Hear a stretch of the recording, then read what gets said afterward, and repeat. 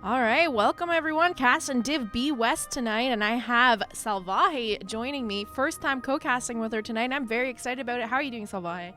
Hey, I'm so excited for tonight's games. I'm really excited to be casting with you, Jazzy. It's our first time. Yeah, I haven't had the opportunity yet. I mean, there's like Girls Gang Squad, and we usually have tons of people come in. But yeah, I haven't been fortunate enough to cast with you yet. But everybody's been singing your praises in the NGS channel, so I thought I gotta pick Salvaje up soon. So here she is tonight, and I'm really excited. So we do have UuuuuuuuuU taking on Cosmos tonight. For the Div B West game we are casting here. Let's get into these map selections really quick. Give them the rundown of where we're going here, as it does look like the lobby's starting to fill up. We're just waiting on a couple more players here before we can get into game number 1. Now, coin toss was won by UuuuuuuuU, who opted to go with first pick here, giving map pick over to Cosmos.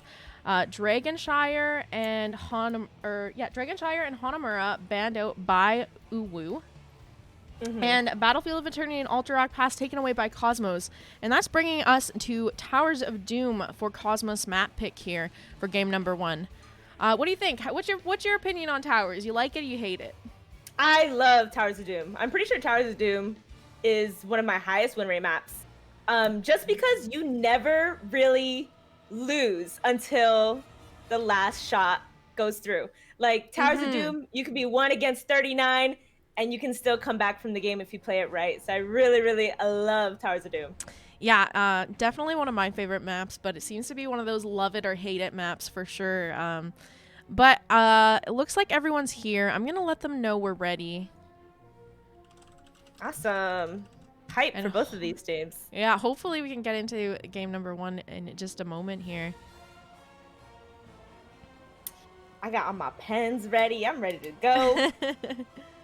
Color coding with the drafts and whatnot. Div B, this is I think my 3rd casting of a Div B game, and they have been so competitive throughout every single team that I've seen, whipping out some really weird comps and whatnot, and I expect no less tonight. Yeah, I've casted a ton of Div B West games, so I'm really excited to see what these teams bring. I've casted Cosmos games, and I've casted Uuuuuuuu's games before, so I'm excited to see how these two teams are going to match up against each other. All right, the question is, are we just going to say ooh the whole night, or are we going to pronounce it correctly? Ooh, I think that's their preferred pronunciation of it. I think UuuuuuuuuuU does it the best so far from what I've heard. All right, does look like we're ready here. Gonna get into game number 1 of this best of 3 series between UuuuuuuuU and Cosmos. Kicking it off on Towers of Doom tonight. Ooh, what do you think the first couple of bans are gonna be? I'm interested to see if we maybe have some target bans coming out onto UuuuuuuU, because there's a couple players that are kind of known for the heroes they play. I mean, UuuuuuuuuU or Artanis, Coffee on the KTZ, or the Greymane, or the Cassia, or the Alarak, or the Carrot. No. I don't think we'll be seeing a ban on Coffee then. But Coffee does like to play just those like combo type heroes like Alarak and KTZ and Kerrigan and stuff like that, and he's usually pretty devastating on them, so maybe a target ban on that. Peng also known for his Muradin and plays a pretty solid ETC as well, so I wouldn't be surprised if we saw an ETC ban with how ETC is in this meta right now. Yeah, or oh, there we go, waiting to the last second to lock in that ban. Diablo is the one getting banned here, so you know, he's really strong, hitting everyone into the walls, awesome at interrupting rotations, and engaging onto invades for the enemy team's camp. It's a good ban. Chat's saying they think it's going to be an Artanis ban incoming. You know, the thing, though, is Artanis is not good at double soaking. And typically on Towers of Doom, you want an offlaner that can double soak the mid-top lanes to allow your 4-man to just kind of run it down bot, make sure they're always grabbing those sapper camps in the bottom, walking them in, getting a lot of siege pressure down there. And if you take Artanis here, you're kind of going to lag behind on that soak and force your team to sometimes have to rotate mid to catch soak for you. Yeah, and you called it. They did do that KTZ ban on Coffee. Yeah, I'm not too surprised. His KTZ is a pain in the butt, and it's one of those heroes that, I mean, even with the Gladiator's medallion, he still seems to get a ton of value out of him. And it's going to be the Li Ming band coming out from the side of UuuuuuuuU for their second ban here tonight. I'm not seeing a diva ban just yet, and she can solidly double soak the 2 lanes. Struggles a little bit against characters like Zool, but other than that, diva can definitely double soak on this map and allow for fast rotations on any invades or coming down bottom. I'm interested. I want to know if Yuna has picked up Leoric yet. There was talks about Leoric in the chat, and I know she was kind of thinking of learning to play him. So I wonder if she's done that yet, because I love Leoric here. I think he's pretty capable at double soaking and usually matches okay into pretty much any offlaner. Yeah, he definitely holds his own. And we're getting the diva picked up on the side of blue. Not surprised for sure. Just diva overall is so incredibly strong. Yeah. I didn't even know Coffee played diva, so this is surprising to me. But diva getting picked up by UuuuuuuuU, possibly just to deny it as well to Cosmos. I'm interested to see how this plays out. I always feel like she's very hit and miss. Like, she either really dominates in a game or she ends up just getting like chunked out of her mech and deleted.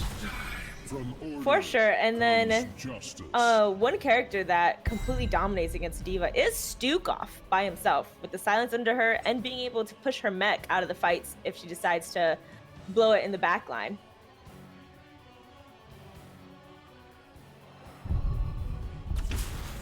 It's going to be Slexia locking in the Deckard for UuuuuuuU. Wondering if they're going to take a tank here and span out another tank and start the tank choke. The crusade calls. And that's what's going to happen here. They're going to lock that Joanna. Pang playing the Joe. Hopefully get rid of that ETC. Callie's got into a zoomy mode and is just like wrestling one of her toys behind me. So I apologize for the squeaking and growling, but she's just playing. I love dogs so much. I have to lock Nimbus out of my office though. He's a menace. He'll try to get on my desk. He'll try to jump on my chair. He's a rascal. Okay, Kael'thas. Yeah, I'm not too surprised with the Kael'thas ban. I know that that is a mage that Yuna is quite comfortable on here, and as she won't be playing the off lane role, she is looking to fill a DPS role. So I would guess that's a target ban onto Yuna here. Yeah, I'm not too familiar with everyone's hero pools. I do know usually Slexia, I typically see her on Lunara. Do you think that that might be something that's going to be picked up here? Well, Slexia has been healing for UuuuuuuU, I think almost all of their games here. So I wouldn't expect Slexia to be grabbing a healer unless something really wonky happens with the draft and like someone's like super choked on picks and has to flex onto heal or something so she can DPS. I see. Big Bird, he plays Hanzo. I'm trying to think what else. He's got a big pool and he's a really good player too, so I'm not too worried for them. I know Yuna, I know she's played some Cassia in the past too, so maybe a Cassia pickup here. Be a nice pick here into the rain, going into the Rainer. And then the tanks that are left up will probably be either Garrosh or Mal'Ganis, which Cassia can kite pretty well. Oh look, it was exactly as I said. Yeah, The exactly. Cassia Hanzo getting picked up on the side of UuuuuuuU here. I like the Cassia pickup. If Zool goes W build, you have a blind for Zool, you have blind for Raynor, you have blind for Tassadar if he pops Archon. I mean, on top of the blinds you already get from Joanna, that's going to pair well with the Cassia. It just seems like an obvious pick here. Mm-hmm. And then with Diva just causing mayhem whenever they do get into those 5v5 fights, like Cassia has so much room to just push out her damage. And there's the Garrosh. Garrosh kind of tough going into this. Lot of well-ranged disengages that prevent him from jumping on his mount and just running in to try to throw someone in. So he'll have a hard time trying to get in there. Legacy says in the draft chat, I tried clicking Diablo, but nothing happened. Pangos report the bug to Blizzard. So I guess that Diablo ban, target ban onto Legacy there.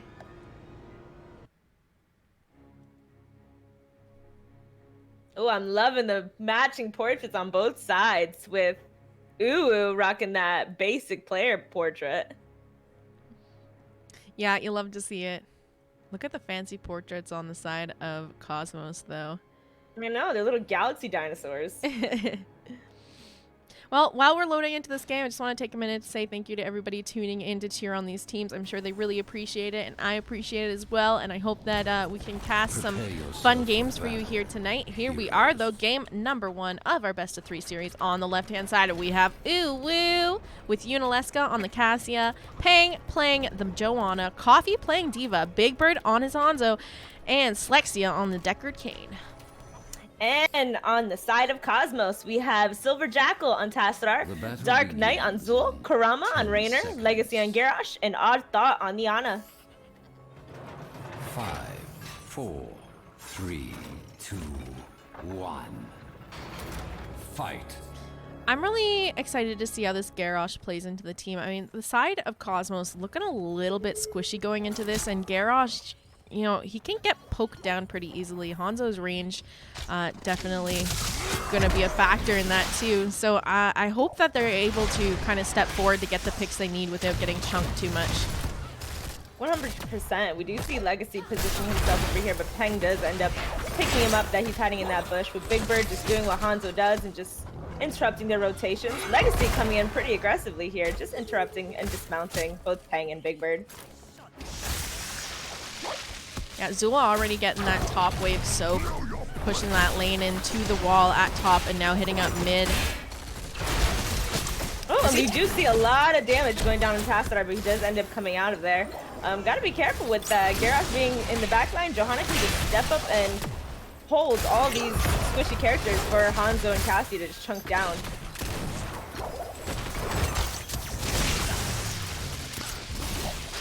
Sleep Dart went out there, but it didn't connect onto anyone. Big Bird now just stepping up to get those potions, and siege camps are up now and available for these teams to grab, and it looks like both teams are just going to opt to take their own camps here. Pang is We do have Zul in the mid lane here soaking, so if they wanted to go for some sort of invader fight, he would be able to rotate there, but it looks like they're just going to pick up their own camps, and they're just going to have a little brawl down here with Tassadar being slowed down by the Johanna. Just want to take a look at those level 1 talents really quick. Deckard did talent into Scroll of Identify, so he is stacking that. We have that toss coming out onto Pang here, but he's full health. Potions are around. He's going to just stay in the back line and kind of create some space for his team to try and do a little poke damage here and clear these camps. Yeah, we do see both sides, both camps just kind of going down here. Legacy just trying to provide that interrupt. Nice W going down on Legacy and Karama, but Karama throwing down that damage onto Pang. These sleeps and these heals are on top from the Ana, just on top of the game, making sure that these fights don't get too crazy, and she's able to help their team disengage really nicely. I'm back to looking at those level 1 talents. We also have Hanzo talenting into the auto attack quest for level 1, currently sitting at 7 stacks on that. And of course we have Tassadar taking his Q stacks at level 1, currently at 40 of the 200 stacks he can get on that quest. I'm also curious to see how Diva is matching in the soak for Zul. Zul currently at about 4,100 XP soaked, Diva sitting at 3,700. So Zul kind of, you know, taking over the XP slightly here, but I'm interested to see how that plays out later in the game as Diva scales. Yeah, definitely to be expected for Zul to pull ahead a little bit, but we do see a throw going out onto the Big Bird, but Legacy having to try to retreat after taking so much damage from the enemy team. Silver Jackal out here throwing down his damage, poking them down so they can't cap the objective. But Legacy very, very low. Gonna have to reposition here to try to catch some heals to go for a re-engage. But Diva is here before Zul. Bring boop around the Karama, getting him very, very low. Legacy also very, very low, but they will both walk out, maybe. Legacy's good to go, baby. With Coffee, his mech does end up going down. I believe Bomb was just about to pop, but it wasn't there just yet. And objective going to the side of UuuuuuuuU, with Zul continuing to push top. Yeah, now 36 to 32 in core damage in favor of UuuuuuuU, but Zul grabbing all that XP is getting their team the level lead here. Level 7's online now for the side of Cosmos. Pang up here in the top lane, helping to clear out these waves and give D.Va a bit of a hand here. But their siege camps are up, and it does look like Cosmos is looking for the invade. We have that toss going out onto Hanzo. He's able to jump over the wall and escape here. Zool now getting caught a little bit, and here comes the fend from Cassia to try and get some damage onto him. Need to be a bit careful, though, that Garrosh is sitting, positioning, trying to throw a target into his backline here if he can find it. And now UuuuuuuuuU a bit split here. Yeah, and D.Va will have bombs here in just a second, but a ton of damage going down into Big Bird. He does end up falling to the Rainer, with Legacy coming on in, trying to reposition himself in front of his team. Oh, nice pick on the side of Cosmos, but they do back off from the camp. And looks like they are going to be re-engaging onto this camp. Silver Jackal positioning up in front, trying to get that damage onto the camp. Looks like they're trying to determine whether or not they want this camp. Rainer saying, yes, let us grab it, while Legacy positions just in case anything happens. That was a good invade call here. I mean, if D.Va stuck around to try and even defend that, she would again be falling behind on Soak for her team. They're already up a level on the side of Cosmos. So tough call to make. Pang getting thrown in here. He does have that trade up to pop the Unstoppable. We have the Bone Prison coming out onto him. He used that Gladiator's Medallion, but too much damage going out onto him. That is going to cost him his life here right before objective spawns in. They are on equal talent tiers, though. Hanzo does provide quite a bit of poke if they want to try and stall it out, but it might be a bit too dangerous for them to attempt that right now. It's going to be the altar going over to Cosmos here. There's that mid altar still. Coffee coming in for the interrupt. He does have his mech explosion up if he would like to use that. He's going to get tossed in there. He's going to pop that mech explosion now. Get the side of Cosmos zoned off on him. Legacy hitting quite a bit of damage there.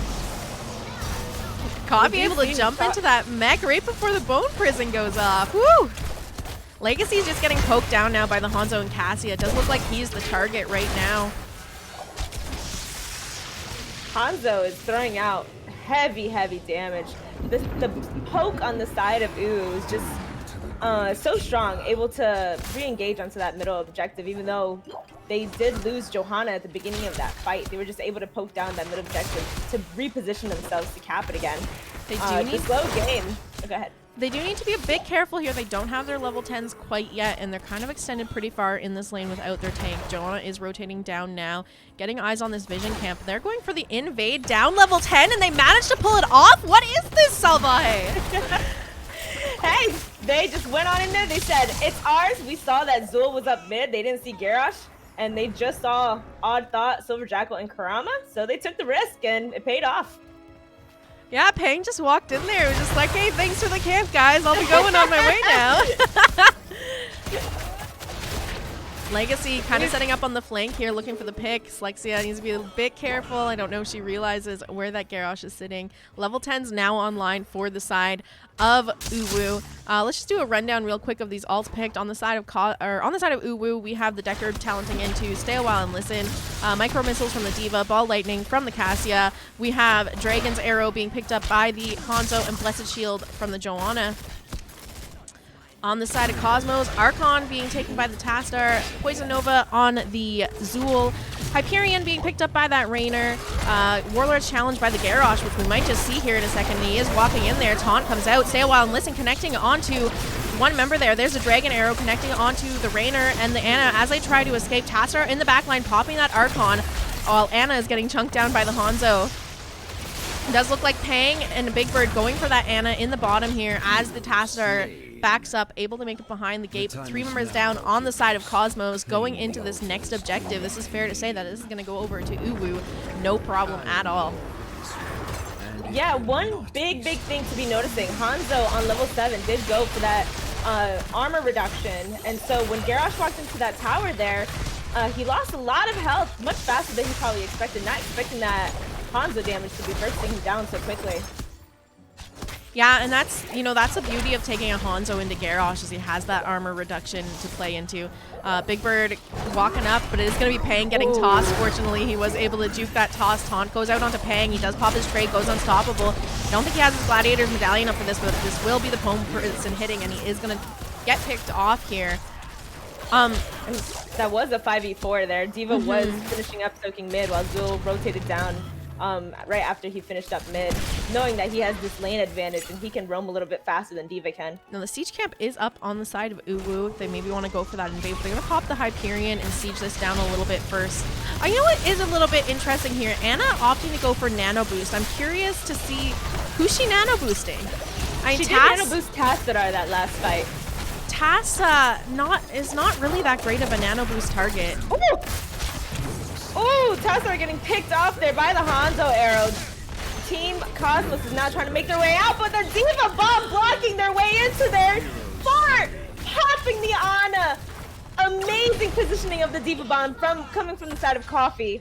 Oh, that was awesome. That is what a D.Va player is here for. He came down, rotated real quick through that bomb, and blocked their path. This is going to be the siege camp of Cosmos being stolen by UuuuuuuU as they make their way up to this objective. Zul, though, getting a lot of top lane pressure, did take that top camp, started to get quite a bit of damage onto the wall of top fort here. Hans is going to take this altar on the side of UuuuuuuU. The rest of the team setting up to grab the side of Cosmos here. And they are going to be able to grab both of these, making the score 32-16 in favor of UuuuuuuU. Ooh, so far has almost full control of the map at this point. Their bottom fort is a little low here, so we do see the side of Cosmos getting ready to try to make an invade onto their camp. With Johanna lagging a little bit behind, their team is split here at the moment, with Peng having to reposition and come around the safe way while Cosmos tries to get onto this camp. And we do see some poke coming out from Big Bird. Ooh, Sleep just nearly misses onto Big Bird, but Garrosh does end up popping his taunt, but Big Bird able to medallion it out. Legacy throwing Peng backwards so that way he cannot engage onto his team. And D.Va just throwing some damage onto the Zul. The Blessed Shield was popped there and unfortunately didn't connect onto any of the members of Cosmos, so that's going to be down for the next 45 seconds here. Cosmos looks like they're trying to make it, try to grab this fort as quick as they can. Throws just end up going down. Peng, lots of damage being tossed out onto Legacy. He does end up popping his Unstoppable to try to get it out of there, with Big Bird throwing a W just to try to dismount one more time. It really feels like half the time Peng gets thrown in there, he's like, this is exactly where I wanted to be. Thanks for the help, man. Peng taking a ton of damage with the Tassadar, but is going to try to re-engage with his Unstoppable. Legacy taking a ton of damage with the Untitled ult. And Untitled does end up falling to the Garrosh with Zul, or Untitled ends up falling to the Zul, Garrosh ends up falling to Untitled, Lexia falling to the Tassadar, and it does look like that Tassadar was nanoed again, so Tassadar is the nano target in all of these fights here. Yeah, Big Bird getting a bit low here. Peng doing what he can to kind of create some space. He does have that trade up Unstoppables and is looking to back away, blinds the Rainer to keep his life around. And look at D.Va sneaking the altar over on the side of Cosmos. I mean, they stuck around bottom for so long. That's going to cost them here. Yeah, they do end up losing 2 objectives because of that bottom fight, with D.Va just making, again, trying to keep control of those top 2 lanes even when Zul ends up leaving. Yeah, I mean, here's the thing for Cosmos is that they're winning these fights, which is great, but they need to make sure that they are in position for these objectives and getting value out of them. In that case, spent so much time chasing down the members of UuuuuuuU. They ended up losing more core shots here. Now the score 27-10 in favor of UuuuuuuU. Does look like UuuuuuuU is going to try and take back this bottom keep. And they're going to almost get that bottom keep, and the minions ended up finishing it up for him. They do get a toss onto Peng with a taunt coming out. Hanzo arrow does slightly miss, but a sleep coming out does end up catching the Tassadar. Tassadar being cleansed out of there by the Ana with a shield falling onto Kurama. Kurama does end up getting out there. They are playing volleyball with Cassia's ult, but they do end up splitting one another. But Coffee coming in for the flank, throwing his ult onto Odd Thought, booping him around and trying to see if he can get that kill. He has bomb in just a couple seconds here, but does end up losing his mech before the bomb can come off. Big damage coming out from Silver Jackal with that nano. And he does end up walling off the Johanna. But looks like Team UuuuuuuU is going to... D.Va is going to get right back into getting those lanes as Zul is starting to push top now. Nice back and forth fights that we have going on here. Yeah, both teams, I mean, even though score not so close, XP pretty even here. UuuuuuuU slightly ahead. Big toss coming out onto the Hanzo and the Joanna here. getting quite low stunned, and they are going to get this invade onto the siege camp. Pang getting picked off now. 2 members down on the side of UuuuuuuuU. Next objective spawning in 10 seconds here. D.Va doing what she can to clear out that top lane. Once again, Zool has taken the camp at the top. So she has pressure in the top and mid to clean up herself as this altar gets picked up by the Zool here, and bottom keep pressured by Cosmos. Baby, what a taunt. That was a perfect fight. Perfect time to get those kills to get this objective ready. And they did end up capping that bottom fort, so they will have 5 shots going in to the enemy team onto UuuuuuuuU. Coffee here, engaging with bomb. He does have bomb here. Sleep does end up falling out, and he's going to be losing a lot of health here. Does end up popping the bomb, gets thrown, but he is out into Baby D.Va. He just gets walled into the corner. Oh, poor D.Va, but she looks like she might make it out of here. Nope, she ends up getting tossed from the garage. He does become Baby D.Va. Woo! Roll away! Barrel roll away! And Coffee gets out! What a slippery little D.Va. That's what we like to see. Meanwhile, in the bottom, Slexia getting tossed in. Unfortunately, not able to walk into any of those potions he had set up there, and she is going to get picked off here. That bottom keeps staying over to Cosmos right now. Just want to take a look again at the XP soak. I mean, D.Va's keeping up pretty well. Zool's at 23k, D.Va almost at 22 here, so not a huge difference. But Zool obviously just a little bit more ahead here. Yeah, D.Va can keep up for sure, but we do see Legacy coming in trying to get that toss. Does end up getting walled off by his teammate Tassadar to try to prevent the Johanna from coming in. We do get the camp picked up by Raynor and Zool, with D.Va looking like she's going to be making her way downtown. And now we're just playing the bottom fort game that Towers of Doom is so well known for. Yeah, level 20 is currently online for the side of Cosmos, so they're a bit favored here. And they need to be careful. That toss going out to Yuna, followed up by the taunt. She's just getting chunked down by Cosmos. Potions are kind of around there, but unfortunately she couldn't step up into those. And it's going to be 2 members falling on the side of UuuuuuuU. Yeah, if those potions were just a little bit more back, that would have been a very different fight there. It's always a difficult spot to be in when you don't have this bottom keep held anymore and you're also down a talent here. You want to get it back, but you're just feeding them more and more XP and getting ahead. Pang almost getting picked off here. He's going to be able to walk back and grab that big potion dropped by the Deckard. Zool picking up the siege camp now on the side of UuuuuuuU. Level 20 is up and available for their team, but 2 members still down here. And then we do see this is the old Towers of Doom play here. UuuuuuuU was ahead, I believe, by 10 points right there, and now they are behind with 9 shots to 10. Yeah, and 3 sappers walking in this bottom lane is going to be another 3 shots onto core if they can't stall them out. It's just Slexia here. She needs to be really careful. Ooh, taking some tower shots there.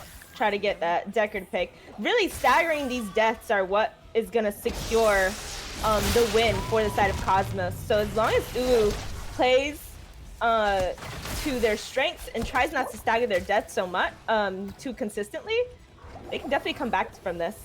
Well, they do have their level 20s up and available now. Here comes a Blessed Shield. Arrow coming out from the Hanzo as well. Connects onto the Garrosh. The big root coming out from Deckard.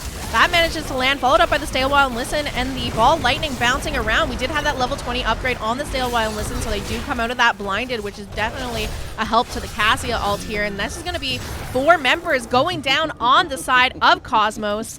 1 altar up here, so they can boss altar and end the game here. Yeah, absolutely. I think they're going to be going for this bottom fort just to try to secure this win. But that is the kind of comeback that UuuuuuuU needed right there. Just play to their strengths. They knew that fort was about to fall down. They saw the D.Va rotating in and just said, you know what? We have the jump. We can get in on this. We can throw the bomb and win this fight. And they did exactly that. And there's a couple different ways that they could go about ending this here. They get this camp, grab the altar, go top for the boss, and they have to worry about the team clearing bottom and defending the boss. But it looks like they're maybe just going to try to siege mid for the quick 6 shots to the core based on the bell towers they have capped. Oh, never mind. Hanzo caps that before they have a chance to take mid. Oh, yeah, it does look like that. Well, I'm looking at the wrong scores anyways. Math's hard. Yeah, they have 5 shots left on the side of Cosmos, and they are going to be going for this boss now. But the side of Cosmos, they are all up and ready, so they will be trying to come in here to try to stop this boss engage, with Legacy making his way in. Team UuuuuuuuuU does recognize this, backs off, see if they can reposition for a better fight. And we did have 3 shots going bottom on Coffee's in there. Taunt comes out to him. He doesn't have that mech explosion. He's going to get tossed in. Poison Nova is out. He's taking a ton of damage. Tassadar getting thrown in. They get that pick onto the D.Va. Stay a while and listen comes out. Garrosh getting blinded, silenced, and popped by that ball lightning. But unfortunately, no counter pick for UuuuuuuuU here. This boss is going to be started now. Maybe. I'm assuming they're going to do it now. D.Va's down 5v4, and that's exactly what's going to happen. And it looks like they are going to be picking up this boss, with Dark Knight taking quite a bit of damage on that Zul, and Legacy just positioning, making sure that Team UuuuuuuuU doesn't think about coming back in. They do capture this boss, so that does delay. Oh, and it's 1 objective, so Team Cosmos, this is definitely in their favor. 2-2. What a close freaking game. That's Towers of Doom, baby. Yeah, that siege camp though, they decided to cap that instead of contesting the boss, so they need to clear that up. Otherwise, those are going to do a couple shots onto the core. And this bottom bell tower is being held by UuuuuuuuU right now, so they're in a much better position going into this next objective as the altar is spawning in at bottom. Zul's flanking around behind here, looking to try and stall out the altar if possible. Deckard already on this and channeling it. Here comes the Zul trying to stop him, but the Dragon's Arrow coming out from the Hanzo. They get the pick. Slexia gets the channel onto the tower, and game number 1 going over to the side of UuuuuuuU. That is GG. Awesome, awesome game. Cosmos almost bringing it back. What an exciting match. I think that's like one of the closest games I've casted this season. I mean, we had some nice matches last night that were really close too, but in terms of Towers of Doom, bringing it right down to 2-2 for the last the last fight there, yeah, super exciting. So I mean, even look at the deaths, 13-13. Could it be any closer here? Yeah, and that D.Va kept up with the soak very, very well into Zul at the last there. As you can see, she actually got more soak than the Zul coming out of game 1.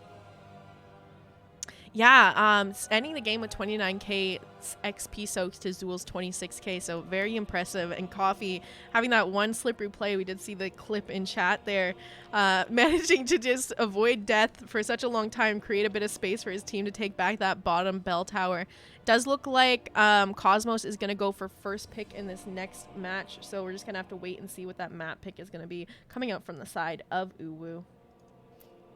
Sounds good. Do you have any predictions on what map UuuuuuuU likes to prefer, or where you think we're going next? Oh, let's see. Let me pop over to our map selection really quickly.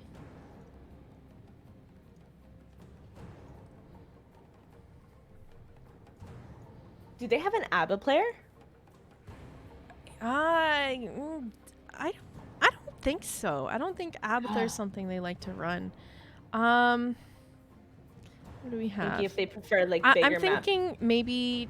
Oh, Infernal Shrines. I was gonna say maybe Tower, or maybe Tomb of the Spider Queen or Infernal Shrines if I had to pick of the ones left, and it is gonna be Infernal Shrines for this next game. This one picked by UuuuuuuU. Infernal Shrines a really, really popular map in most of the Heroes competitive scene overall. Just a really balanced map, especially with the Punisher. When you do get that objective, it's pretty even on both sides. Yeah, yeah, I'm interested to see how they play it. I want to know if this D.Va is going to get through again, because I have a feeling that they might opt to ban the D.Va away from Coffee going into this next game, as he did do such a good job keeping up with the Zul in the double soak and causing such a headache for the side of Cosmos in some of these fights. I mean, like we saw him 1v5ing and managing to run away and escape, and it created enough space for his team to pretty much grab back the bottom bell tower at times as well with him doing that. There was a couple times where it didn't play out in his favor, as we saw that top fight at the boss. He did end up getting picked off and almost, cost his team the game there, but fortunately they were able to hold on and grab value elsewhere when that happened. I'm gonna let them know. Go ahead. I'm gonna let them know we're ready. Just thinking, if you thought D.Va was strong in that map, Infernal Shrines is where her strengths shine. Like just having that bomb on the objective, being able to get the objective almost instantaneously after it's been up for a while, just with the single bomb. Now, I know Unalesca does play some Sonya here, so Oh, maybe we're going to see that being picked up here. She's pretty great on the objective for Infernal Shrine. You just get to spin and heal yourself up for as long as you want. So maybe we could see that getting picked up. Just trying to think what else. I don't think they're going to let the KTZ through. If I had to guess, it's going to be a KTZ and Diva ban going into this next game, which does open up a Brightwing pick from Slexia. She's been playing quite a bit of Brightwing, so we might see that getting picked up here. But we'll just have to see how it plays out. I think we can definitely still expect that Diablo ban coming out from the side of UuuuuuuuU, as Legacy, quite a decent Diablo player, is something they don't want to deal with, and we already saw that taken away in game number 1. yeah, and he does end up picking up that Diablo. Like with Diablo being so popular now, I've seen like the resurgence of Brightwing again. Simply because when he queues in, W, polyed. Now he's in an awkward position where he's usually very far from his team and having to deal with the consequences of being polyed and all the way in the enemy's team. Yeah, I kind of like where the healer meta is right now. Rhaegar and Deckard kind of falling off a little bit, opening it up for some more healers to come in and shine, and we've been seeing a lot more Brightwing or Anduins getting picked up in NGS these days, and it's kind of fun to see. I used to rock Brightwing all the time, and I always kind of hate on her a little bit because I think she's like a less good Lucio in terms of just sticking around the team and healing them up really slowly over time. But she has that spell armor, which can be really effective into teams. She has that polymorph, which can be great CC shutdown for something like like you said, the Diablo or even the ETC getting picked up into a Mosh. She has a lot of utility in her kit that can play really well into a team, and she's one of those healers that seems easy on paper, but actually has a pretty high skill cap in terms of what you can do to save your team and when to use it. For sure, especially her Z heals. You know, there's always a good time and place to do Z heal, but you don't want to be doing it when your tank is about to engage, which you see quite often with Brightwings. But overall, I think, especially with Emerald Wind and whatnot, she just has a really great kit into dive. Yeah. If the enemy team picks dive, so I really am happy that she's up and about again. Yeah, me too. I mean, like I said, I've kind of been on the Brightwing. I'm not too excited about that pick, but then everybody's been showing up and doing super well on her. So maybe they all know something I don't, and now I want to play Brightwing. I've always been on the Brightwing train. I haven't thought she was bad. I still don't think she's bad. It's just all in the way it's just you use her cooldowns. It's just when you get into these team fights that are just like a lot of single target burst damage, it feels like she can't do anything, especially if she doesn't have her phase shift up. And you have a spell armor, but like that's it. The rest of the time is just like this ticking tiny little heal every 3 seconds, and she kind of feels useless sometimes in those like blow up CC comps that happen. But I don't know. She's been shining on the side of UuuuuuuU. So I'm still always excited to see Brightwing plays because I love her. I do love her. I just always question whether she's going to be good. True. Very, very true. I want to see more Stukov.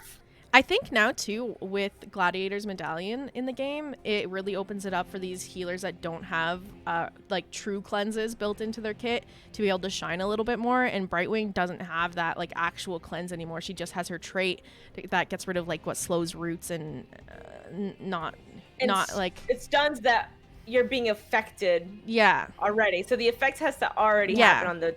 Which it's okay, well, it's already done its job. There's no real point in cleansing it. So, I mean, that could be another reason we're seeing some of these healers like Anduin, Brightwing, that don't have that cleanse now start to show up in the meta because it's not as big of a deal. On the side of Cosmos, I wish I could have gone and seen a couple of their games. Do they have any kind of crazy wombo combo comps that they like to run, or anything that you've taken notice to, or you've researched on at all? I'm gonna be honest, I'm not as familiar with Cosmos comps and what they like to run. I think I've casted one of their games. So Okay.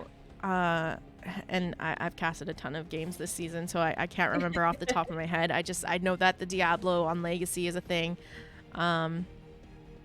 Yeah. I'm just thinking I would love to see like a Jazzalene. Oh, here we are. And we're going in.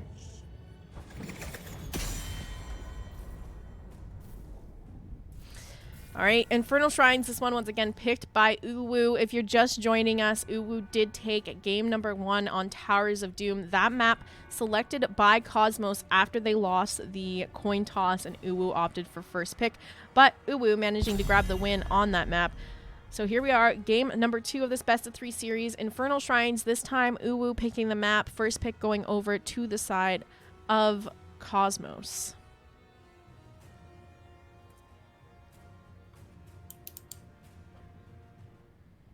All right, do you think it's going to be KTZ and Diva band? Yeah. Come on. Just do it. We know it's happening. Just Diva's too strong, man. Anytime I get the opportunity to play her, I snatch it real quick. We could also see Yuna looking to pick up her Artanis here. It's actually going to be the Hanzo. Hanzo band. All right. That armor reduction was really strong that last game. Yeah, and I think if they're even with Diablo, it would hurt a lot. Oh, they banned Diablo. I think if they're backup after Diablo is banned out to go Garrosh, definitely ideal for them to take away the Hanzo and the armor reduction that he provides to UuuuuuuU. Yeah, Garrosh had a hard time getting in there. Is it going to be the KTZ or is it going to be the Diva? Or are they going to Maybe they'll let the surprise Diva us through. and ban the Artanis because there's a chance she might take it on this map since she doesn't necessarily have to double soak. Too many good players on the side of UuuuuuuU. There's the Diva ban. Yeah, that Diva was too nasty last game to let it through again. So last game, they banned Li Ming here. Li Ming, not the best map for her Infernal Shrines because you kind of have a lot of skeletal defenders around the objective, making it a bit harder for you to actually get some damage onto the back line. So I don't know if they're going to opt to ban that here. We're just going to have to see what they're going to do. That's what I've been. Good. Awesome. He has awesome point control. Able to get those little minions on the objective very quickly.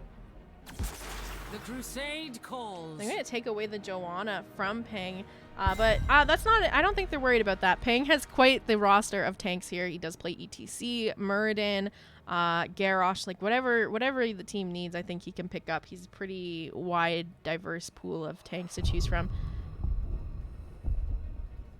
Yeah, I think the Johanna pick is mostly to get get that initial setup for whatever else they decide to draft, because Johanna's just so good at setting up other plays, and we do see the legendary Artanis being picked up by Unaleska. As well as Brightwing by Slexia. We were just talking about that. If that didn't get banned out, we could expect to see her grab Brightwing, and that's exactly what happened here. I'm excited. Yes, I want to see it. Let's see these godly cleanses and these phase shifts. And she's awesome at off-soaking too. Like having everyone rotate down to the objective and just her catching like 1 or 2 waves up top makes it really handy. We do have Jaina and Deckard being picked up on the side of Cosmos. Big ol' wombo potential coming out so if far. we're going to see the Kerrigan getting picked up by Coffee here. Infernal Shrines is like the Kerrigan map. You provide so much burn on the objective. The rest of the team kind of just needs to zone for you while you solo it yourself. And like if they're gonna run a Kerrigan, this is the time to do it. Yeah, running a Kerrigan into the Johanna and Jaina is a little spooky, and Deckard themselves, a little spooky though. She'll have to really rely on her tank to initiate and get all of those roots and slows and CC on him instead of on Kerrigan. Kerrigan's a little spooky in these fights, in my opinion. Awesome on the objective though. Mm-hmm. And then with the biggest healing again coming from Brightwing. Kerrigan's dive, it's a one shot, I'm all in, and we just got to get a kill. If they don't get a kill, I don't see her making it out. So I do ban out that ETC now, so we might be seeing like a Muradin getting picked up by Pang. I know that's one of his go-to tanks here. And if they are pairing it with a Kerrigan, they could just kind of go dive and look to just blow up the Deckard and Jaina and see if that works. Wait till they get There it is. me. Going in with Garrosh and Kerrigan on the side of UuuuuuuuuU.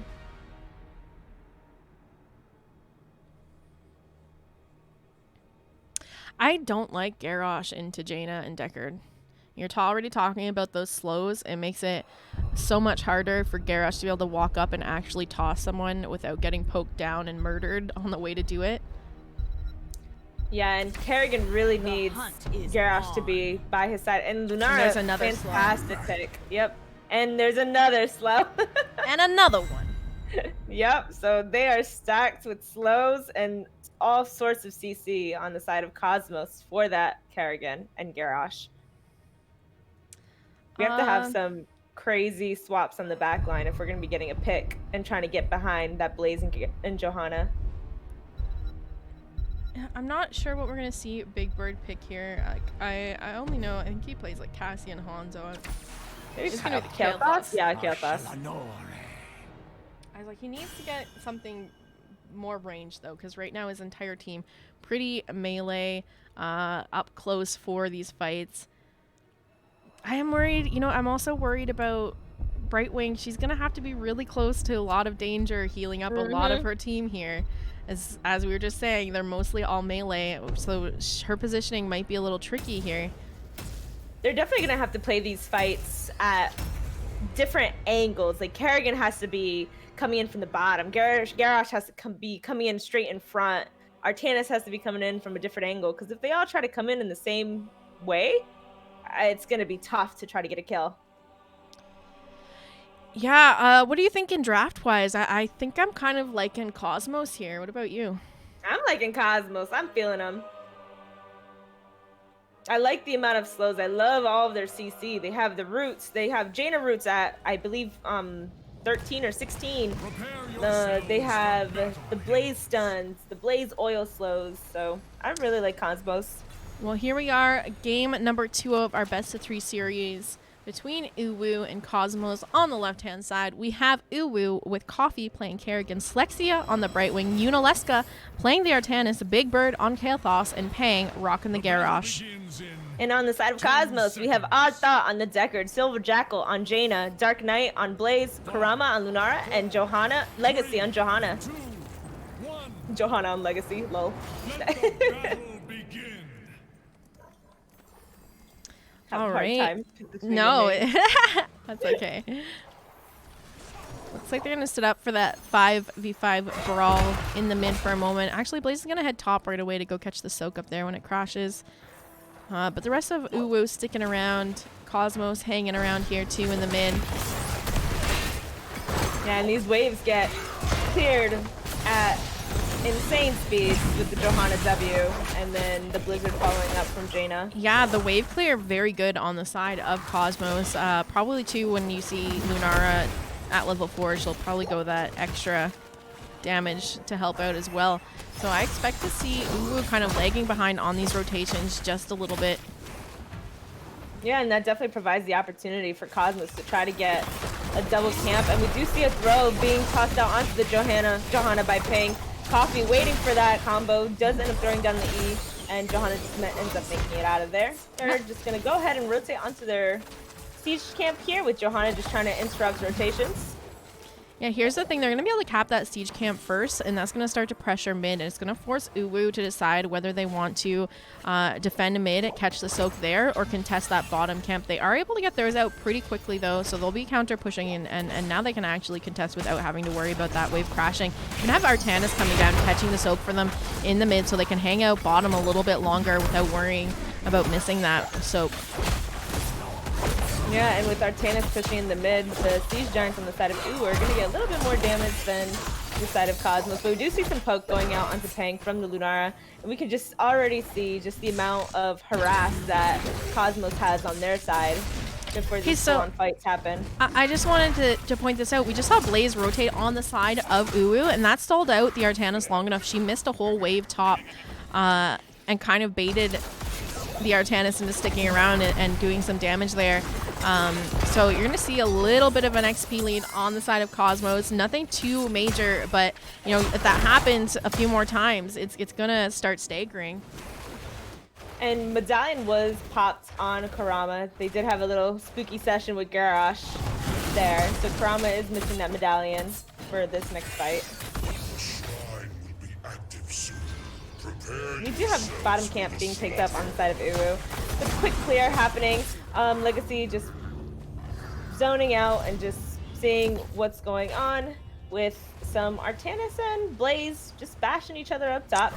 Yeah, here's the thing. Normally, most teams will definitely go up and do this bruiser camp before objective here, but only Cosmos opting to grab the bruiser camp on their side here, meaning that they're going to have that camp pressuring in top the entire time objective is up, and it's so far away from top lane as it's spawning bottom that it might get some good value for Cosmos here. Objective already started up now by the side of UuuuuuuU. Brightwing, you know, throwing out some damage, and the rest of the team now here to back her up and start to shred. They're already at 11 skeletal defenders here. Yeah, we did have Blaze pop his medallions in mid there with a little fight. So we have Blaze and Lunara without any medallions. Legacy engaging onto Big Bird and Untitled with the follow-up from Blaze with the stun onto the Johanna. Brightwing going to be Z'ing in onto the Johanna. Swap falling down onto the Jaina with Untitled solidifying that damage onto Jaina, but she does end up making it out of there with a sliver of health. That's exactly how the fights need to go. They need to be coming at different angles, with these swaps being kind of the... Woo! Oh, swap just missing onto Karama there. Only 8 more skeletal defenders needed for the side. 6 more now. They do manage to get that pick onto Jaina now. 4 more skeletal defenders, and this is going to go over to the side of UuuuuuuU.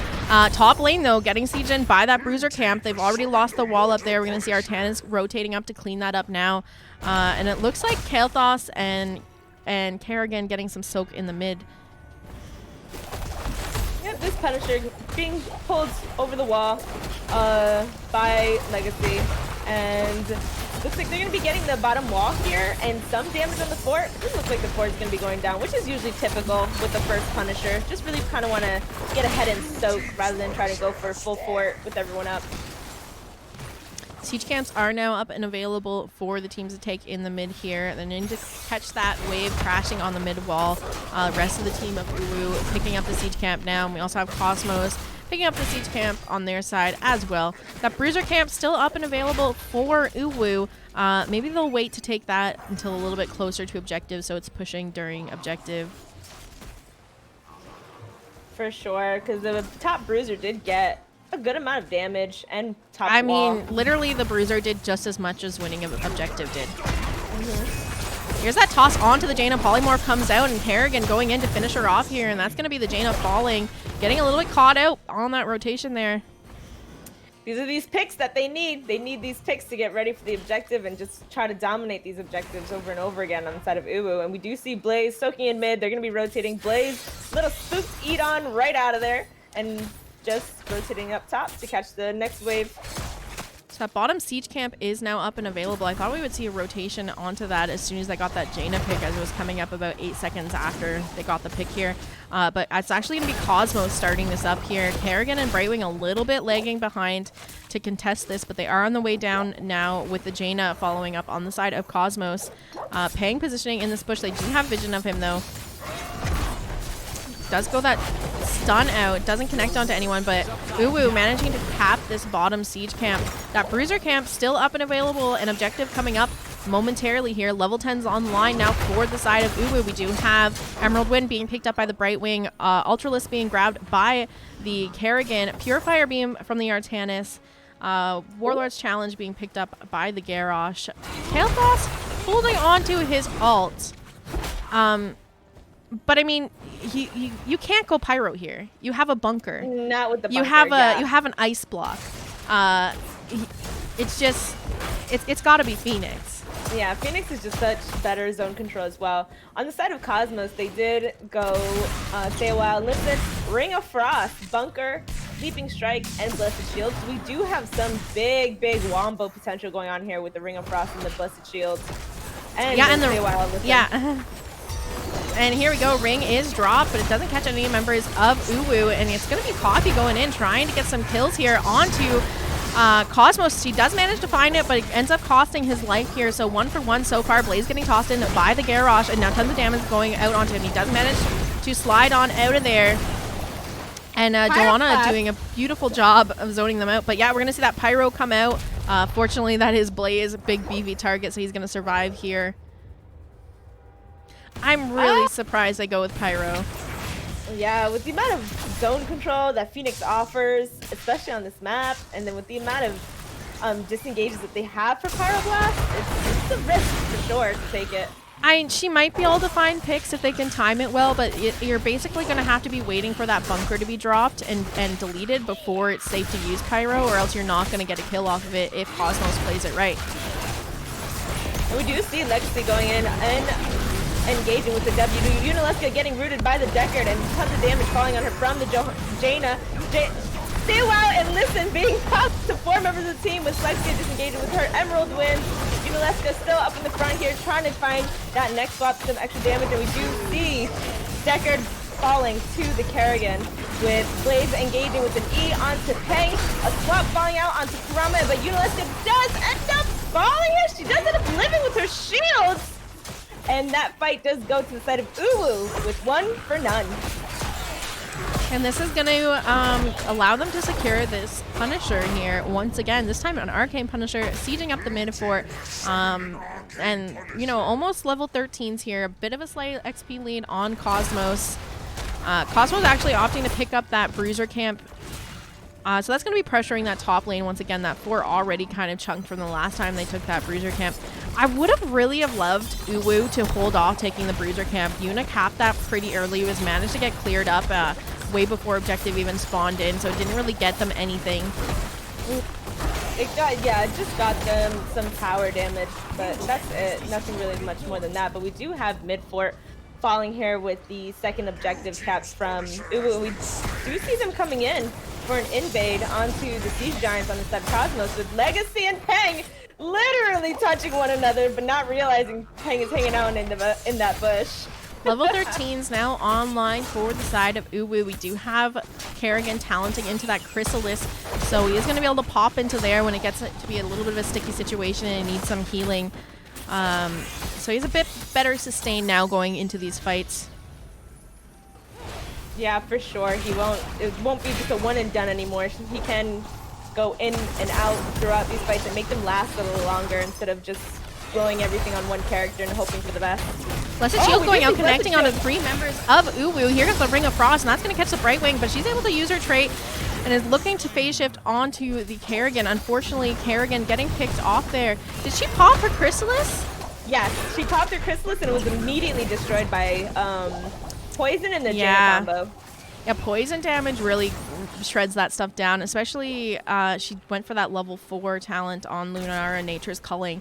I don't know if that counts as extra damage onto a Chrysalis, or if that, because it's technically a hero. I don't believe so. I think it's a hero still, so it won't prot on the Chrysalis. But the poison itself just stacks so much. Yeah. On those kind of abilities. It's like a cocoon. Usually chat knows and will tell me if I don't know these things.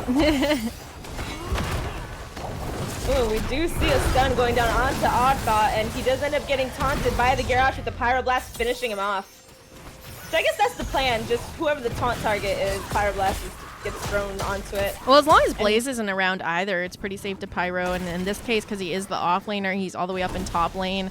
No bunker to be dropped to save that Deckard there. Does look like they're gonna continue to siege this bottom lane. Blaze is getting some value top. He has that lane pushed in. Yuna picked up the Bruiser Camp.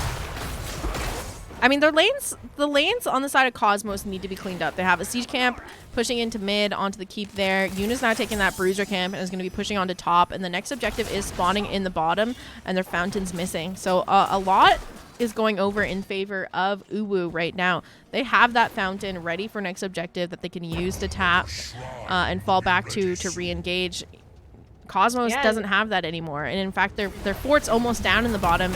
If UuuuuuuuU wanted to chase under there, it wouldn't take too much to get it burnt down and look for those kills. Here comes the Stay a While and Listen, as well as the Blessed Shield. Pang getting quite low. Phase Shift coming in to heal him up. He does pop that Unstoppable, looking to back up now.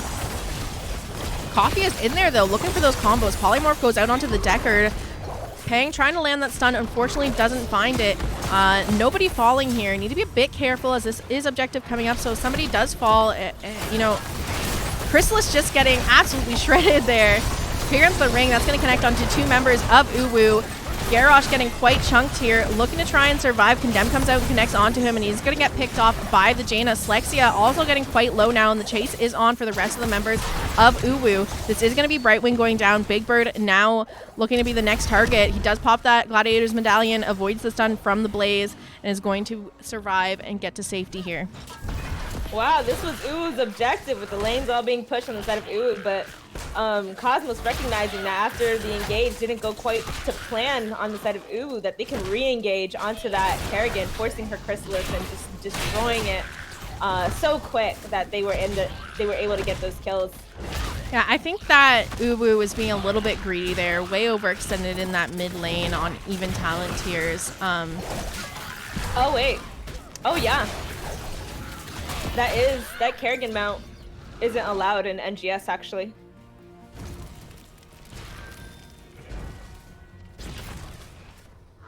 Red team has summoned a frozen Punisher. All right, bottom siege camp getting picked up by the side of Cosmos here. They do get that Punisher as well, so that's going to be sieging in to this bottom fort. They did manage to pick up the Bruiser on the side of Cosmos, so that's going to be needing to be cleared up, and it does look like Blaze rotated to do that now. So this is a 4v5 push in the bottom lane for the defense on UuuuuuU. Yeah, this is a very healthy Punisher here, pushing up onto the keep walls, and a frozen Punisher at that. So will be able to disable these structures when jumping over to the opposite side, allowing Cosmos to really get in there. Yeah, root for the Punisher connecting onto 4 members there of UuuuuuU.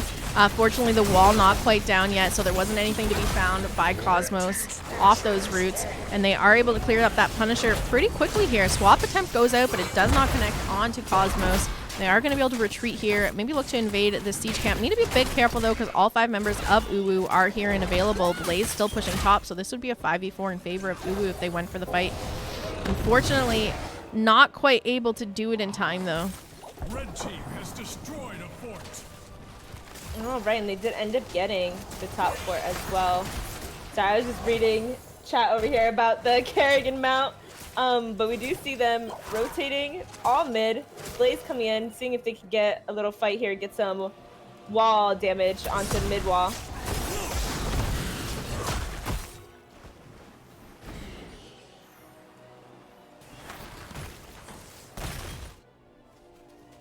And then we do see a very large wave here in bottom with the catapult and several minions here, but Big Bird, Kerrigan, and Slexia are going to come down to clear it, with Cosmos getting these lanes prepped for this next objective. Hopefully getting this well here to make sure they're on even playing fields when it comes to the taps.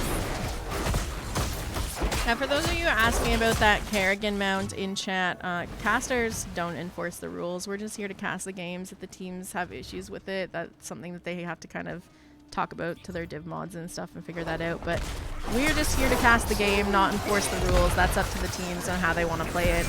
Some teams are pretty lax on these rules and are forgiving about it. Other teams kind of want to push it a bit more. So I don't know what's going to happen. Yeah, it all depends to them. Yeah. What they want to do.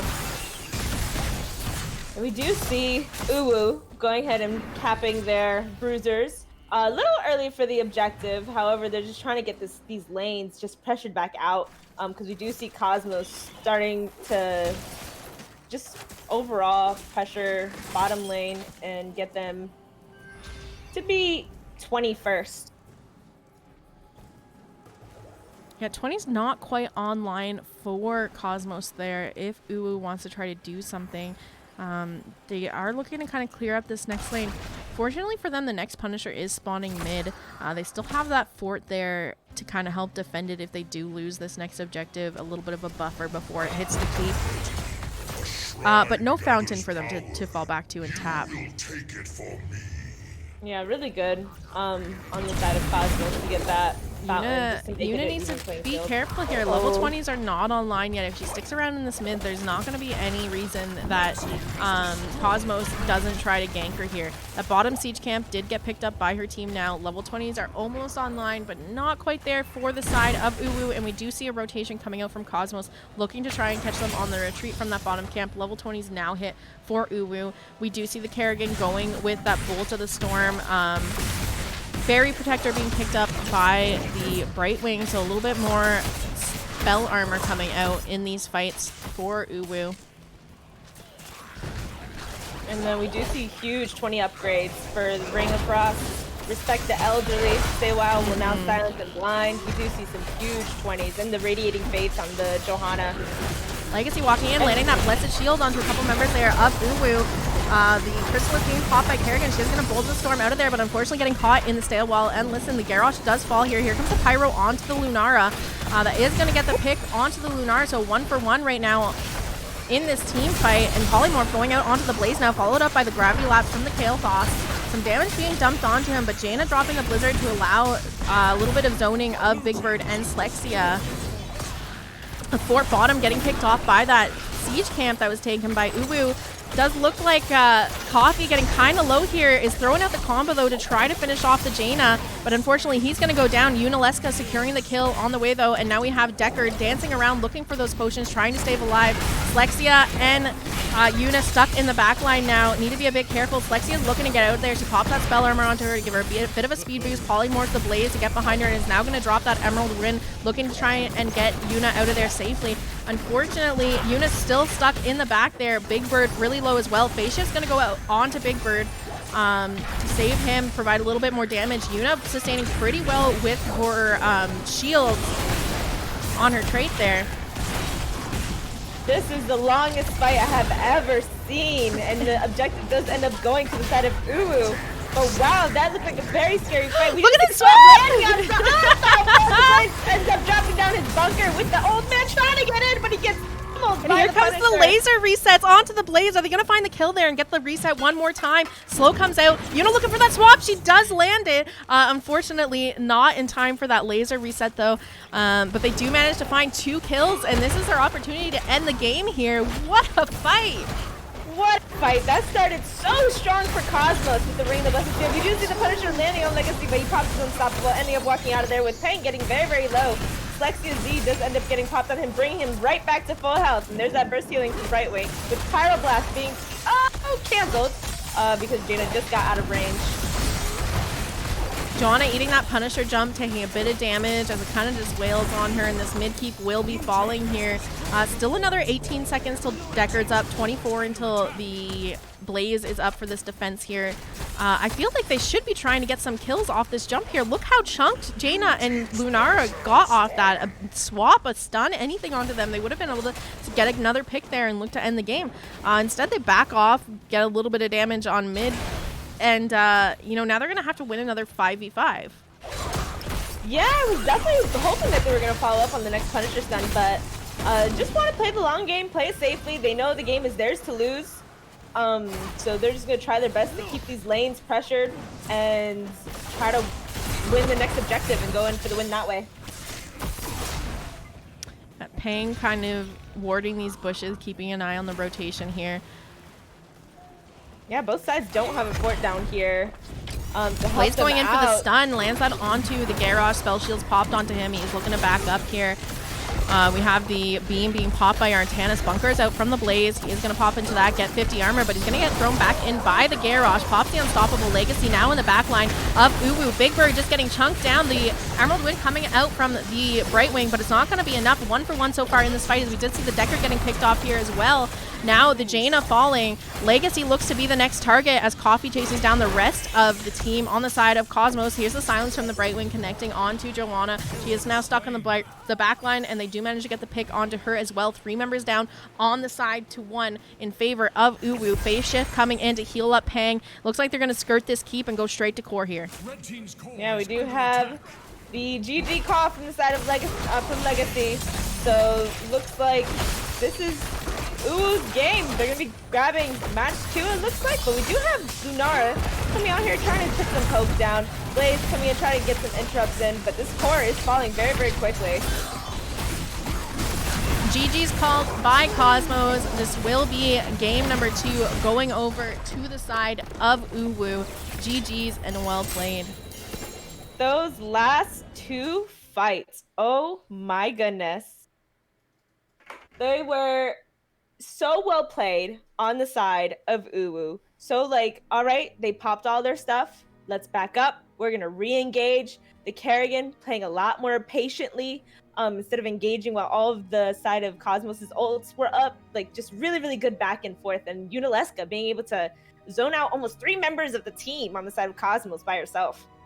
Yeah, a little bit more dominant showing from the side of UuuuuuU in this game. This time not as close in kills, almost doubling the number of kills that Cosmos managed to get onto their team, going 13-7 here.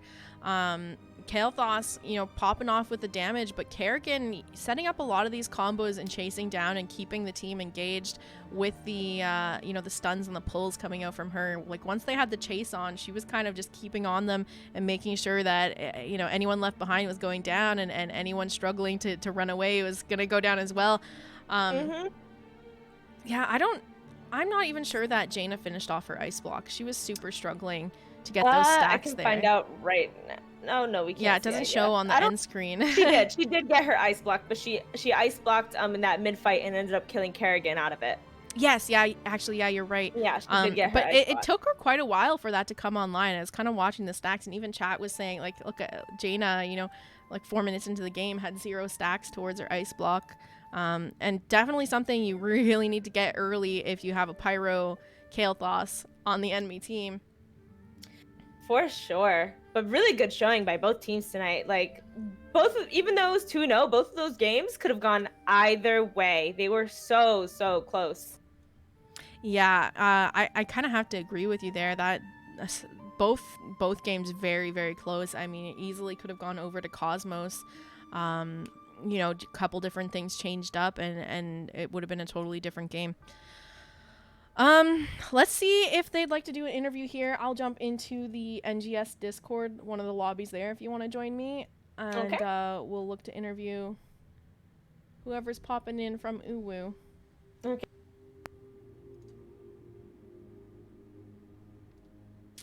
Let me just hit them up real quick.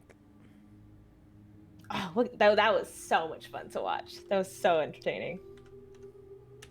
Div B, man. Y'all are killing it. All right, we'll have to see who we're getting in here for the interview. It is Slexia that's the captain of UuuuuuU, but I think at this point I've interviewed Slexia like 20 times. I'm just kidding. So she might send someone different in this time.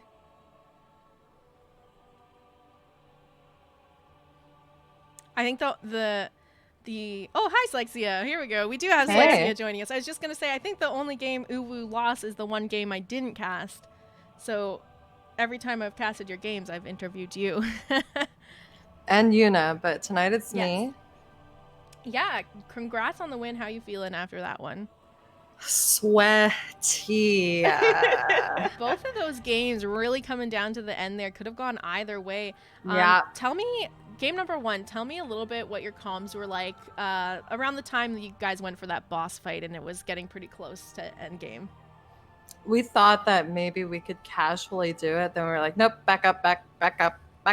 You know, so our comms were really just, they were pretty calm in the beginning. And then when I got picked off, it really started to spiral out of control for a little bit. So we just, you know, regained our footing and held down. When we got the kills on them, we took their bottom keep as well as their mid keep and just dominated holding that bottom area. So it got really rough, especially because sappers just kept getting pushed in from them because we couldn't really defend. They were putting a lot of pressure top. So our comms were a little frantic. It was mostly me being frantic. And Ping being like, I can't, calm down. But like that's pretty much it. No, I was kind of wondering what exactly your team does in those situations. I mean, you go from, really dominating on Towers of Doom to kind of it started to snowball in favor of Cosmos there for a while, and you guys super lost your footing. So how do you keep your team focused and not lose morale in those situations? We just know that map isn't over until your core's at 0, So we just keep doing what we have to do, looking for the right engages, trying not to stagger deaths, and just being mindful of that and looking for our next opportunity to have that in our hand. And that's exactly what we did. So morale was never really impacted so much as just having to think very tactically in the moment to deal with that was the issue. Now, let's talk a little bit about draft here. You guys not letting that Diablo through. I hear that's a target ban onto Legacy. It is. Why are you so scared of his Diablo? So Legacy and I actually go way back, and he's really amazing on Legacy or on Diablo. They're the same thing. It's hard to be like, wait, hold on. Diablo is Legacy. Legacy is Diablo. He's really great. He actually is really great on a lot of tanks. And as you saw in his Garrosh, he just walks at you. Like there's nothing you can do. So we just didn't want to really deal with the choke points and their style of play with the possible apocalypse there. So yeah, we just banned him out. And just so everyone in chat knows, he did apologize for hitting me first game. So we're cool again. If I don't know how to explain it. I also wanted to talk a little bit about your Brightwing. Once again, just kind of showing up and being dominating, especially that one of the last fights in mid over the Punisher there. You and Artanis in the back line, and you're just popping all around, managing to hit the polymorph and get the spell shield on yourself to boost back behind the blaze and heal up the Kael'thas. I mean, I have to say that you really kind of carried your team in that last little fight there, and that was really well played. Thank you so much. I was telling I was actually laughing, and at the end when we won the game, I was like, GG's, this was so much fun, because Yuna and I were like 2v3ing or 2v4ing in that weird L. That weird L, and I was like, all right, I have cleanse, I have spell shield, I'm gonna poly. When is my phase shift up? Because Big Bird was on the shrine and like falling low. It was just, I don't know, Brightwing is underestimated. Yeah, so I mean, we were having a big long conversation about Brightwings and how I constantly say, I'm not the biggest fan, but recently she seems to be doing really well. And I don't know if it's a mix of, like we were saying, heroes having all of their self cleanses now. It's not a big deal to take a healer without a true cleanse, because she really only has that trait that gets rid of roots and slows or stuns that have already gone out. It's not an actual cleanse. But I'm excited that she's back, because I used to play her a ton. Same, and I'm happy to have her back. I'm surprised that they let me have her, but also I appreciate it. And thank you guys for the compliment. But the whole team did well. Coffee playing his Kerrigan, went a little ham at first, and then we were just just synchronizing, and Pang on Garrosh is always super oppressive. So it was just a lot of fun, that match. But both games were incredibly close. Yeah, absolutely. Both teams played very well tonight. Cosmos, don't count them down and out, because easily could have taken a game or two on you guys. Have you scrimmed them at all? Have you ever set up scrims with Cosmos? No. Are you doing scrims at all with other teams?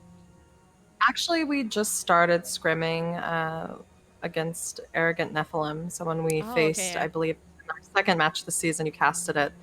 We might even be scrimming tonight after this interview, but Nice, we are good. looking for scrims. If you're out there and you're like a Div B, Div A team that would like to scrim, hit me up in Discord. But yeah, we've been scrimming. and it's I don't even think it's been that helpful, but yeah, we've been doing it. Yeah. I mean, practice makes perfect, right? So I'm Oh, sure yeah. some stuff's coming together in these scrims, even though it might not feel like it sometimes. I mean, even if you go into these scrims and are losing the games, there's more to learn there than there is if you're That's going in and exactly winning. it. That's exactly it, and that's what we said going into the scrims. Like, we're not here to win, we're here to learn. Yeah. You know. And it's a good time too to try and pull out some things that you don't typically play and try out some different comps. So, but yeah. Salvaje, do you have any questions for Slexia? Yes. So, I really, really want to know what the comms were like when Coffee was literally 1v5ing mid on Towers of Doom and being pinned up against the wall with the Tassadar wall. Just what were the comms during that period? It was just him saying, "I'm dead. I'm dead." No. No, I'm not dead. I'm not dead. I'm not dead. That's basically what it was. Oh, it's so good to watch.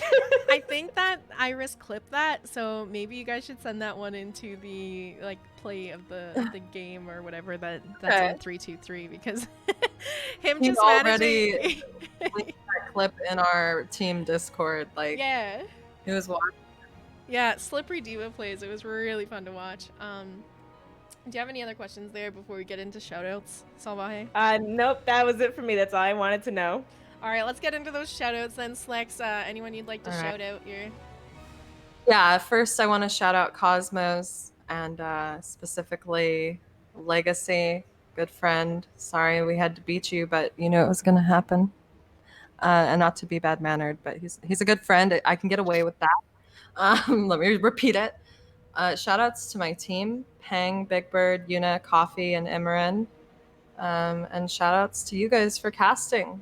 Also, shout outs to the charity the charity tournament we're running Yeah. on October 18th, exclamation charity in chat. If you are interested in participating and you identify as a woman, let us know. Yeah, looking to get about 5-6 more players in to round out the participants for the charity stream. But if you're unaware, October is Breast Cancer Awareness Month. So Slexia and I, in affiliation with NGS, are putting together a charity tournament with all the ladies from the HOTS community. We're going to be raising money for the Breast Cancer Research Foundation, and that kicks off at noon on October 18th. So come cheer on. There's so many amazing women participating in this. So come cheer them on, donate some coffee money, whatever you can afford, to a good cause. And I hope to see you guys there for sure. Final shout out, last but not least, if not probably the most, is to chat. Thank you guys for supporting us, cheering us on, coming up with these things. I'm saying ooh woo, crew woo, chugga chugga chugga chugga, ooh woo, like all of that. We appreciate it so much. All of us are sweaty players that have the stream open and paused throughout the whole match. We see you. Thank you. We appreciate you. All right, that's gonna wrap up the interview with Slex. Congrats once again on the win. I'm super excited to see where your team ends up for the rest of this season 10 of NGS. I wish you the best of luck, and thanks for dropping by for the interview. Thanks. All right, let me get Salvaje back up here.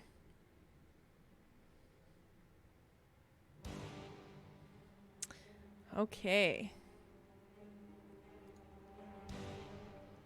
Just give me a moment to get your camera working. Yes, no problem.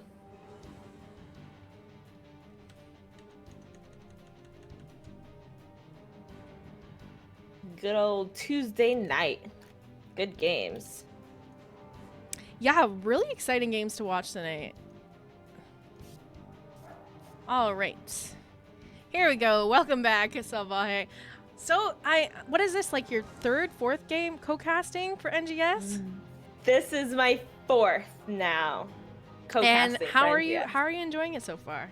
I love it. I have so much fun. There is some moments where I'm like silently screaming because I can't be like actually screaming when it plays, like with the diva. Like I was screaming so much, but I was just like, all right, don't let it through.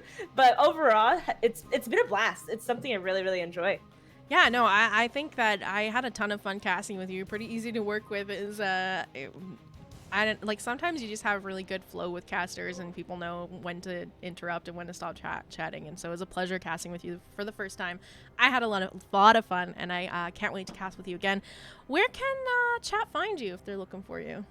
So chat can find me at Salvaje Gaming on Twitter. You can find me at twitch.tv Salvaje Gaming, and I will be streaming right after this as well. I stream every day, Monday through Saturday, from 9:30 p.m. to 12:30 a.m. Eastern Standard Time. Here's the Storm. All right. So go hit up Salvaje, give her a follow. Other than that, that's going to wrap up stream for me tonight. I will be casting a doubleheader tomorrow if you guys are interested. I did pick up the match between Careless Badgers and who are they playing? Tiny Dancers. So that's like Kai and Kai and Breakwood's team, and I haven't casted any of their games yet, so I'm really excited to see how that one plays out. So if you want to catch that, that's at 6:30 p.m. Pacific tomorrow.